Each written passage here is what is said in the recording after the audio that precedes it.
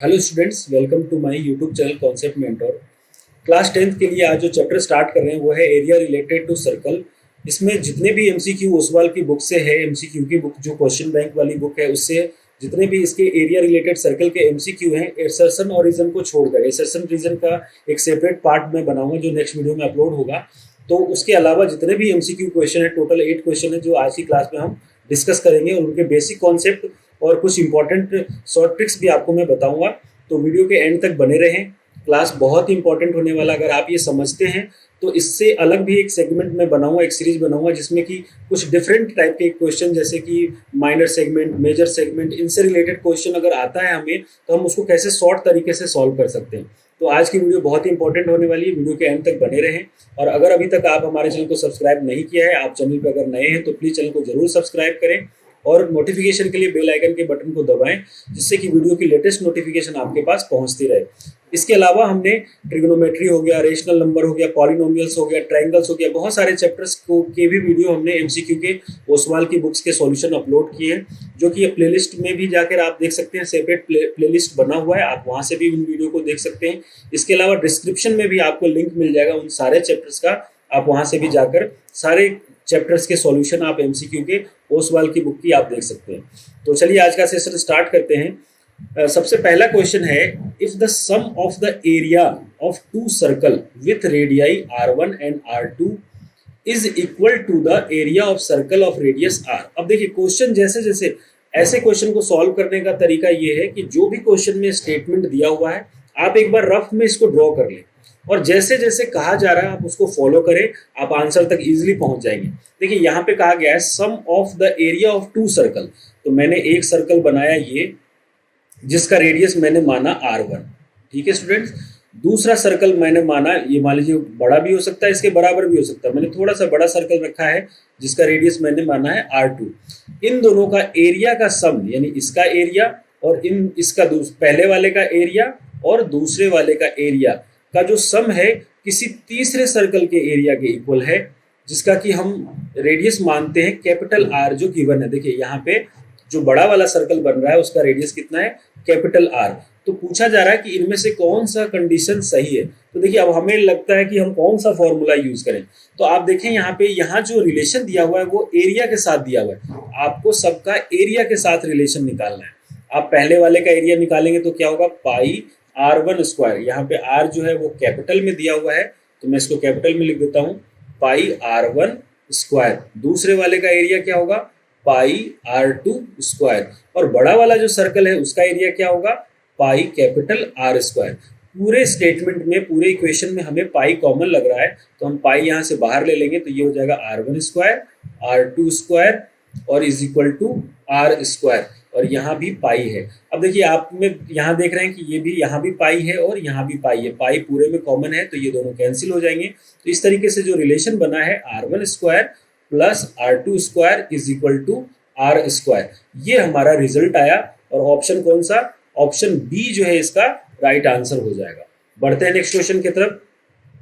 Question number second है कि if the sum of circumference of two circle with radii r1 and r2, same condition, आप पहला जैसे question किए वहां पे एरिया का रिलेशन था, यहाँ जो रिलेशन है वो सर्कमफेरेंस का है। बिल्कुल भी घबराने की बात नहीं, जैसे भी जो चीज दिया हुआ है आप उसको फॉलो करें, आप आंसर तक इजीली पहुंच जाएंगे। तो यहाँ देखिए पहले सर्कल, यहाँ एक सर्कल मैंने बनाया जिसका रेडियस है r1, ये मैंने बना लिया सर्कल और इसका रेडियस है r1। दूसरा सर्कल जो है उसका रेडियस है r2, तो इसको मैंने r2 कर दिया। और इन दोनों का circumference, if the sum of the circumferences of two circle with radii r1 and r2 is equal to the circumference of circle of radius r, इन दोनों का सम जो है एक बड़े से सर्कल के रेडियस वाला सर्कमफेरेंस के इक्वल है जिसका रेडियस है r। तो पूछा जा रहा है कौन सा रिलेशन होगा। आप यहाँ पे देखिए, ये हमारा फर्स्ट सर्कल है, ये सेकेंड वाला है, दोनों के सर्कमफेरेंस को ऐड करके ये बड़ा वाला सर्कल बना जिसको अपने थर्ड मान लिया।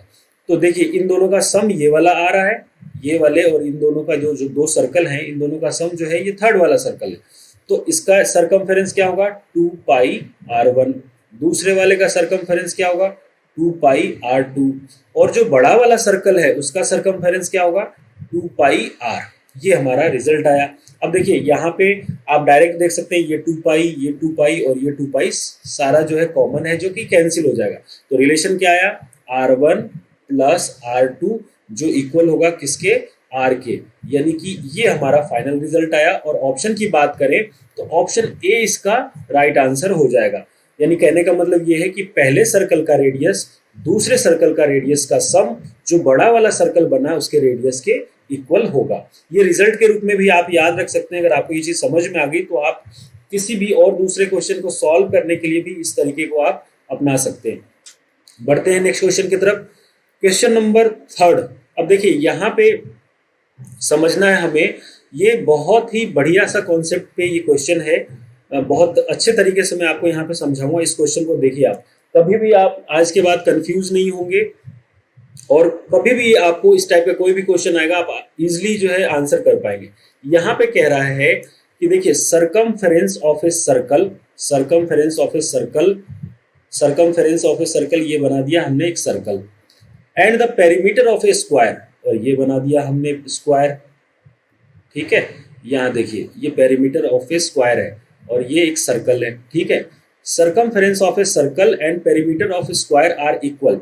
सरकमफेरेंस का मतलब ये भी पेरीमीटर है, यानी कि कहने का मतलब है कि दोनों फिगर का पेरीमीटर क्या है, इक्वल है। दोनों फिगर का पेरीमीटर जो दिया हुआ है वो क्या दिया हुआ है, इक्वल दिया हुआ है। तो पूछा जा रहा है कि एरिया क्या होगा, इन दोनों का एरिया क्या होगा। अब देखिए बहुत अच्छा सा कॉन्सेप्ट मैं यहाँ पे समझा रहा हूँ। मैं यहाँ पे आप देखें कि मान लीजिए मैंने एक सर्कल बनाया, ये छोटा सा एक सर्कल है, एक मैंने स्क्वायर बनाया, एक स्क्वायर बनाया और एक मैंने ट्रायंगल बना दिया। ठीक है, अब देखिए यहाँ पे जो नंबर ऑफ साइड है ये कितने हैं, नंबर ऑफ साइड यहाँ पे 3 है। यहाँ पे नंबर ऑफ साइड कितने हैं, यहाँ पे नंबर ऑफ साइड जो है वो 4 है।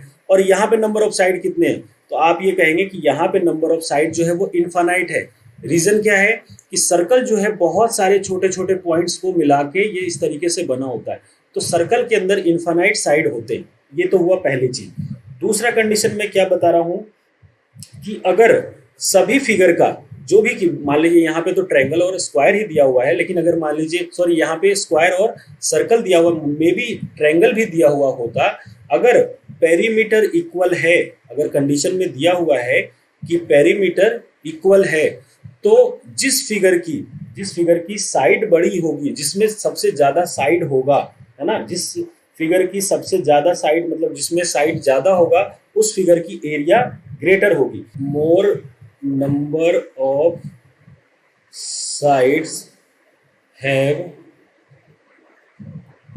ग्रेटर एरिया, यानी कि जिसके पास ज्यादा साइड्स हैं, जिसपे साइड्स ज्यादा होंगे उसके पास एरिया क्या होगा, ग्रेटर होगा। तो यहाँ पे इन तीनों फिगर की बात करें, इसमें सबसे ज्यादा साइड्स किसमें है, इनफाइनाइट साइड है सर्कल में। तो यानी कि कंडीशन में कह सकते हैं कि सर्कल का एरिया ग्रेटर होगा स्क्वायर के एरिया से, और स्क्वायर का एरिया ग्रेटर होगा ट्रायंगल के एरिया से, ट्रायंगल के एरिया से। ये बेसिक कॉन्सेप्ट है जो मैंने आपको यहाँ पे समझाया।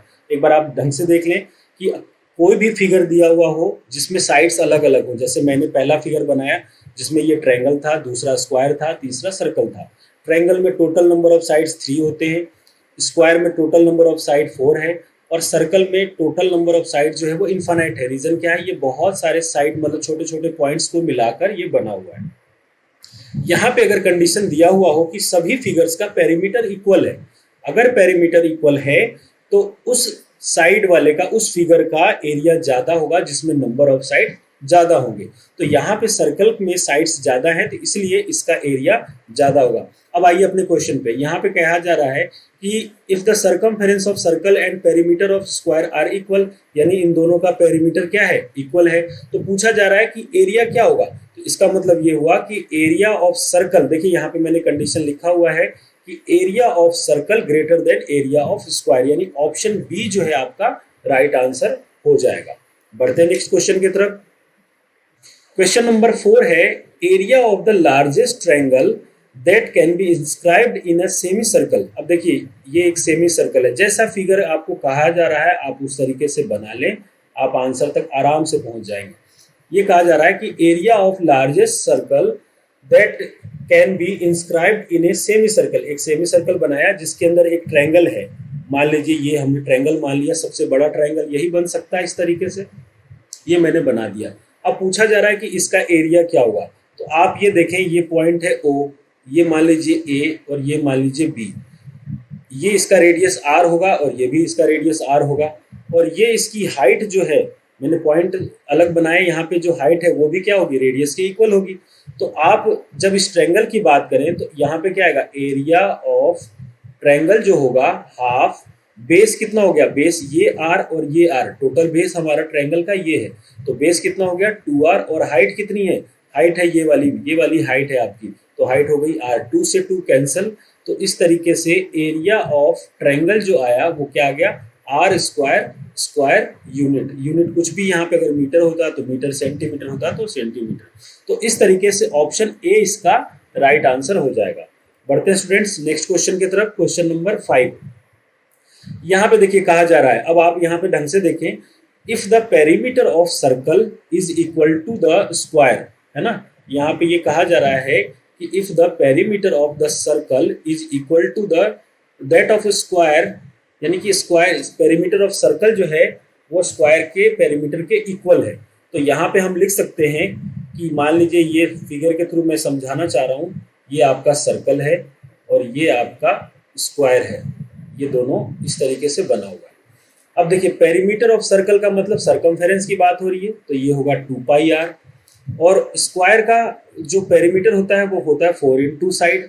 आप इसको सॉल्व करेंगे तो यहाँ से 2 2 जा 4, यानी कि पाई r की वैल्यू आ गई 2a, और अगर मैं रेडियस निकालूं यहाँ पे तो रेडियस की वैल्यू क्या हो जाएगी 2a अपॉन पाई। ये हमारा कंडीशन जो दिया हुआ था उसके अकॉर्डिंग हमने निकाला है। फिर पूछा जा रहा है कि रेशियो ऑफ देयर एरिया, दोनों के एरिया का रेशियो क्या होगा। तो सबसे पहले सर्कल लेंगे, उसके बाद स्क्वायर लेंगे, जैसे लिखा हुआ है उसी हिसाब से करना है।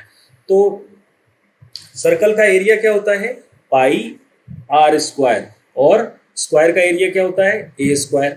अब देखिए पाई की जगह पाई रहने दीजिए, r की वैल्यू आप रख लीजिए 2a अपॉन पाई, तो 2a अपॉन पाई का हो जाएगा whole square upon a square, ये हमने सिंप्लीफाई किया। उसके बाद देखिए pi into 4a square upon pi, और नीचे में जो डिनोमिनेटर में है वो a स्क्वायर है, ये पाई से ये पाई कैंसिल हो जाएगा, यहाँ पे ये पाई स्क्वायर होगा, यहाँ पे ये जो आएगा ये पाई स्क्वायर होगा। देखिए यहाँ पे जो वैल्यू है ये स्क्वायर करने पर ये पाई स्क्वायर होगा, तो एक पाई से एक पाई कैंसिल, तो हमारे पास जो आया है वो आया 4a square upon pi a square, क्योंकि ये पाई जो है अब डिनोमिनेटर में शिफ्ट हो जाएगा, यहाँ से a स्क्वायर कैंसिल, तो अब जो रिजल्ट आया है वो है 4 upon pi.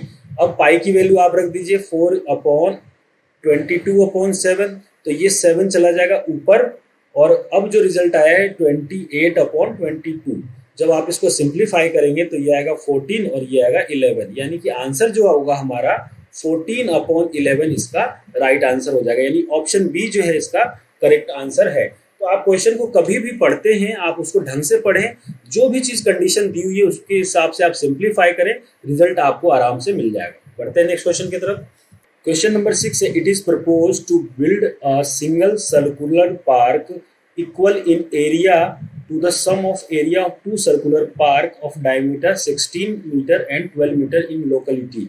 The radius of new park would be, देखिए यहाँ पे कहा जा रहा है एक बड़ा सा पार्क बनाया जा रहा है, ये पार्क हमारा सर्कुलर पार्क बना, और ये जो बना है पार्क ये क्या है sum of area of two circular park, ये दो छोटे छोटे पार्कों को मिलाकर बना है, ये पहला पार्क ये दूसरा पार्क, इनके एरिया को मिला के बनाया गया है। तो इसका पहले वाले का जो डायमीटर दिया हुआ है वो दिया हुआ है 16 मीटर, और दूसरे वाले का डायमीटर जो दिया हुआ है वो दिया हुआ है कितना 12 मीटर। तो पूछा जा रहा है कि जो बड़ा वाला पार्क है, ये बड़ा वाला जो पार्क बना है उसका रेडियस क्या होगा। अब देखिए यहाँ जो रिलेशन आ रहा है वो किस में दिया हुआ है, एरिया की बात कर रहे हैं कि दोनों का जो इन दोनों का जो एरिया का सम है वो इसके इक्वल है, तो यानी कि हम एरिया के रूप में रिलेशन को फाइंड करेंगे। तो आप बताएं बड़े वाले सर्कल का रेडियस क्या हो जाएगा पाई r स्क्वायर, इस वाले का सर्कल का रेडियस क्या हो जाएगा, अगर डायमीटर 16 है तो रेडियस हो जाएगा 8, और अगर डायमीटर 12 है तो रेडियस इसका हो जाएगा 6। अब आप देखिए यहाँ पे सॉल्व करेंगे तो ये आएगा पाई आर स्क्वायर की जगह 8 का स्क्वायर, और यहाँ पे सॉल्व करेंगे तो ये होगा पाई आर स्क्वायर की जगह 6 का स्क्वायर। जब आप पूरे को सिंप्लीफाई करेंगे तो ये आएगा पाई आर स्क्वायर 64 पाई प्लस 36 पाई। ये पाई पूरे में कॉमन है, कैंसिल हो जाएगा, तो R square is equal to आ गया 100, यानी आर की वैल्यू जो है वो 10 मीटर है, यानी कि बड़ा वाला जो पार्क बना है उसका रेडियस कितना हो जाएगा 10 मीटर। तो बिल्कुल हर क्वेश्चन में यही तरीका आपको अपनाना है, पहले क्वेश्चन को पढ़ें, उसके अकॉर्डिंग आप वैल्यू को लिखें, फॉर्मूला लगाएं, सिंप्लीफाई करें, आंसर तक आराम से आप पहुंच जाइएगा। तो क्वेश्चन 6 का जो करेक्ट आंसर हो जाएगा वो होगा ऑप्शन ए। नेक्स्ट क्वेश्चन की तरफ चलते हैं। यहाँ पे दिया हुआ है कि the area of the circle, हमें सर्कल का एरिया निकालना है, लेकिन दैट कैन बी इंस्क्राइब्ड, वो किसी स्क्वायर के अंदर बना हुआ है जिसकी साइड कितनी है 6 सेंटीमीटर, यानी कि स्क्वायर का साइड दिया हुआ है। मान लीजिए मैंने ये सर्कल पहले बना लेता हूँ और बाद में स्क्वायर बनाता हूँ। देखिए थोड़ा सा फिगर आपको बनाने में, मुझे बनाने में थोड़ी सी प्रॉब्लम हो रही है। देखिए अगर मान लीजिए ये रहा आपका स्क्वायर, ठीक है, ये हमने स्क्वायर बना लिया और इसके अंदर एक सर्कल इस तरीके से बना हुआ है, और इस स्क्वायर का जो साइड दिया हुआ है वो है 6, ये सारे कितने हैं 6 है, ठीक है। अब देखिए यहाँ पे पूछा जा रहा है कि एरिया ऑफ सर्कल क्या होगा। तो आप अगर ये हमारा सर्कल का सेंटर है तो ये पॉइंट जो होगा उसका रेडियस होगा, और ये जो रेडियस होता है सर्कल के अंदर ये स्क्वायर के साइड का हाफ होगा, यानी ये कितना हो जाएगा, ये 3 हो जाएगा, और ये भी कितना हो जाएगा, ये भी 3 हो जाएगा, है ना। द एरिया ऑफ सर्कल हमें फाइंड करना है जो कि एक स्क्वायर के अंदर बना हुआ है, तो ये हमने इस तरीके से साइड निकाला। और यहाँ पे जो रेडियस है वो रेडियस यही तो हुआ, सर्कल का रेडियस कितना आ गया 3 सेंटीमीटर। अब आपको पूछा जा रहा है कि इस सर्कल का एरिया क्या होगा, तो एरिया का फॉर्मूला क्या होता है पाई आर स्क्वायर। आपको रेडियस पता है, रेडियस कितना आया है, रेडियस आया 3, आप फॉर्मूला में रखें तो पाई आर की वैल्यू रखेंगे 3 का स्क्वायर, सॉल्व करेंगे तो 9 पाई आपका करेक्ट आंसर हो जाएगा, 9 पाई सेंटीमीटर स्क्वायर, क्योंकि सारे यूनिट यहाँ पे सेंटीमीटर में है। तो ऑप्शन डी इसका राइट आंसर हो जाएगा। बहुत ही सिंपल क्वेश्चन था। आज के सेशन के लास्ट क्वेश्चन की तरफ चलते हैं, क्वेश्चन नंबर 8। यहाँ पे दिया हुआ है कि the area of the square, हमें स्क्वायर का एरिया निकालना है, that can be inscribed in a circle. ये जो स्क्वायर है वो किसी सर्कल के अंदर बंद है। तो मान लीजिए ये हुआ आपका सर्कल और इसके अंदर बना है स्क्वायर, ये है स्क्वायर, है ना। इस तरीके से थोड़ा सा फिगर आपको मे बी इनकरेक्ट लगे, लेकिन मैंने इस तरीके से बनाया है। अब एरिया ऑफ स्क्वायर निकालना है और इसका रेडियस दिया हुआ 8। तो देखिए ये सर्कल का सेंटर होगा तो ये रेडियस कितना होगा 8, और ये भी रेडियस है, ये भी कितना होगा 8, और इन दोनों के बीच में जो एंगल बनेगा वो कितने का बनेगा 90 डिग्री का। यहाँ पे जो एंगल बनेगा वो होगा 90 डिग्री का। अब मान लीजिए O और इसको मान लेते हैं A और इसको मान लेते हैं B, और मैं थोड़ा सा इसको बड़े से फिगर में बनाना चाह रहा हूँ। यहाँ इस तरीके से आप इसको देखें, जहाँ पे दोनों मिल रहा है वो पॉइंट है O, और मैंने एक बना दिया O से A और दूसरा बना दिया O से B, और O पे कितना बना दिया मैंने 90, और ये भी 8 है और ये भी 8 है। तो आपको ये ट्रायंगल फॉर्म होता हुआ दिख रहा है, जिसमें कि AB जो है, AB यहाँ पे क्या है, ये है स्क्वायर का साइड, यानी कि side of the square, square का यहाँ पे ये साइड है। और ट्रायंगल के हिसाब से देखा जाए तो ये ट्रायंगल का हाइपोटेनियस है। तो हाइपोटेनियस निकालने का फॉर्मूला क्या होगा, रूट अंडर बेस का स्क्वायर यानी 64, और परपेंडिकुलर का स्क्वायर वो भी 64। आप जब इसको सॉल्व करेंगे तो ये आएगा 128। यहाँ पे सॉल्व करने पर ये क्या आएगा 128। जब इसको सॉल्व करेंगे तो ये रूट से बाहर आके हो जाएगा 8√2। इसको सॉल्व करने पर क्या आएगा 8√2, यानी कि जो स्क्वायर की साइड है वो उसकी वैल्यू कितनी आ गई, वो आ गई 8√2। अब क्या पूछा जा रहा है कि एरिया ऑफ स्क्वायर क्या होगा। तो स्क्वायर का एरिया क्या होता है, एरिया ऑफ स्क्वायर, स्क्वायर का एरिया होता है ए स्क्वायर यानी साइड का स्क्वायर, और साइड आई है आपके पास 8√2।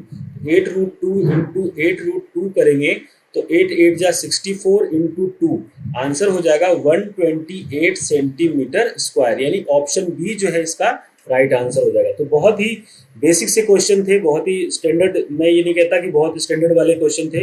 नेक्स्ट सीरीज में जो आएगा मैं कुछ डिफरेंट एरिया रिलेटेड सर्कल का कि सेगमेंट का निकालना हो या किसी पोर्शन का निकालना हो तो किस तरीके से हम आसानी से निकाल सकते हैं।